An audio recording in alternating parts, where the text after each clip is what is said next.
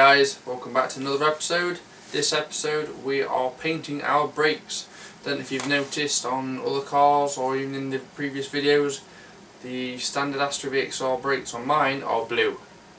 And although some people like blue brakes, I have a red car and I don't really want blue on it. So we're going to paint them red. So just for those who've never painted brakes before, that's what we're doing today. So we're going to start by taking off the wheel. I'm going to use an impact gun to take the nuts out. There's one that I find is quite tight, so I get Chubb to stand on the brakes and I use a breaker bar just to take it out.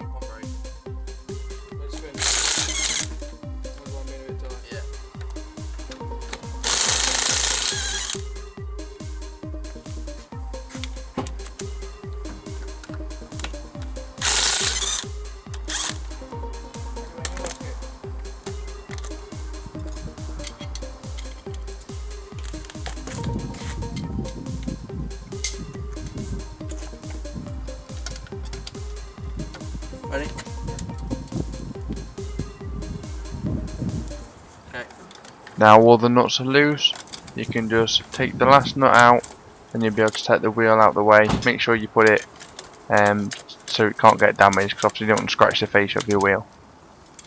And then once that, you're ready to clean your brakes.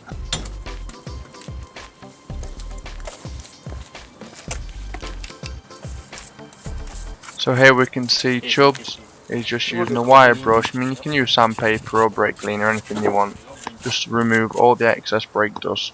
And the better you get the surface, the better the paint will stick, and probably the less coats you'll need. Here you can see your front brakes. These are blue, which might be alright for some people, but on a red car they look silly. So we're going to paint them red. We've also got blue brakes on the back. I'm going to paint them as well. What we're going to do is paint exactly what's blue and nothing else. That way you're not going to seize up any of your brakes. Okay, I'm using some high temperature red paint, because obviously I want red brakes. I'm painting everything that I see blue, and I'm doing it with a brush because I don't want fancy taking all the brakes apart when there's no need. Some people like to, but no, there's no need as long as you're good with your brush. I've got a piece of wood underneath just to catch any drips as well. So again, painting everything that's blue. I'm going to let it dry, or at least go tacky, and then I'll go straight in with the second coat just to make sure everything's covered and everything's red and there's no blue left. I also paint the spring as well, which I'll show you later on, just because I fancy having the little red spring. So I'll paint that as well, it's not going to affect anything. And once this is painted, you obviously can carefully put your wheels back on, tighten them up, torque them up, obviously lower your car to the ground, and stand back and look at your new brakes. Just make sure if you do get any paint onto your brake discs or pads, just to clean them off before you start using them.